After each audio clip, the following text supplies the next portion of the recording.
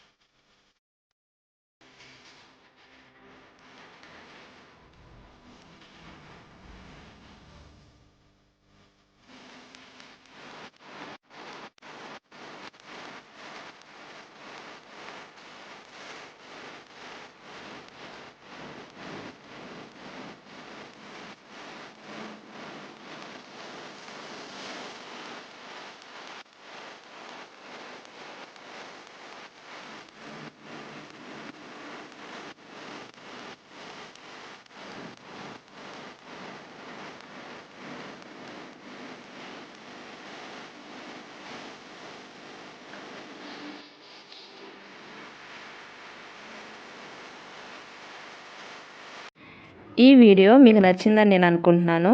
మీలో తరుణ్ గారి ఫ్యాన్స్ ఎవరైనా ఉంటే ఈ వీడియోని లైక్ చేయండి. మన ఛానల్ లింక్ని మీ ఫ్రెండ్స్కి షేర్ చేయండి.